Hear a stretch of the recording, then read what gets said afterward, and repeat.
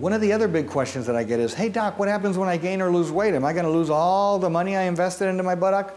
Well, let's go through this example. Whenever you gain or lose weight, the body maintains its appropriate shape. It's just that it's getting bigger and it's getting smaller when you lose weight, but your shape remains the same.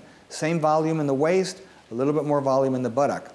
The whole trick really is to get this particular fat cell to survive. So remember, I'm getting about a 60 to 70% survival rate. I'm transferring the fat to the buttock, but I'm trying to put as many fat cells as I can back there because I'm trying to increase the forest that you have. So one of the biggest things is clearing out fat from areas that we don't like, which is the waistline. That's what I'm trying to demonstrate here. If you take a look at the example, the vast area of trees I've removed, and I've moved all these trees to the back.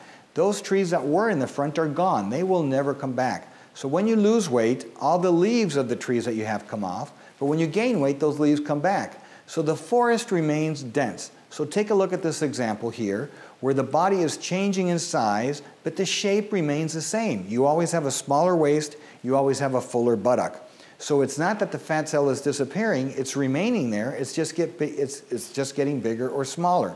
So the entire purpose, as I stated, was to get that individual fat cell to survive. The survival is going to depend on your fat quality, the resistance of the fat, how good of a muscle you have in that area, and we're going to transfer as many of these cells as we can into the buttock zone, hoping that this will end up surviving. We have to give it 3 to 6 months to see how much of the fat cell survives, and then after that, those fat cells should live, and they should live forever. Those particular fat cells that I transferred. This is my theory, it's not proven scientifically. I think it may over time.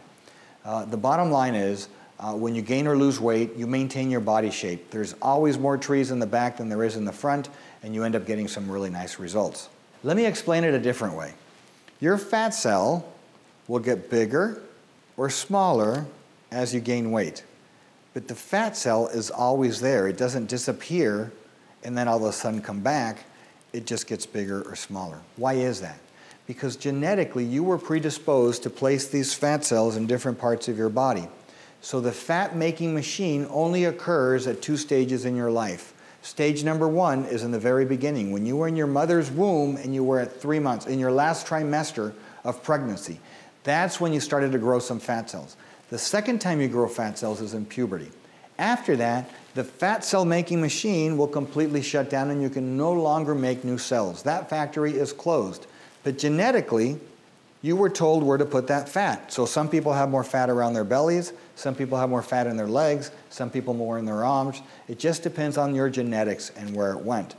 Now that fat cell factory can no longer open. The only way you can open it is by becoming morbidly obese, and we don't want to go there. How morbid? We don't really know, but the thing is that when you start to pass a BMI of 40, you're at an increased likelihood of developing more fat cells.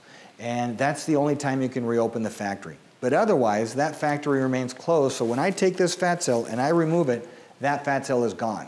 Now I take that fat cell and I'm going to place it right in the derriere, or I can put it in your pectoral muscles, your breast, I can put it in your calf, wherever I put this fat cell. If I can get this fat cell to live, then it's going to live forever. Now remember, you gain, you lose. You gain, you lose. That's what happened to that fat cell. But you've always got, take-home message, you've always got more trees in the back, you have no trees in the front, your shape remains the same.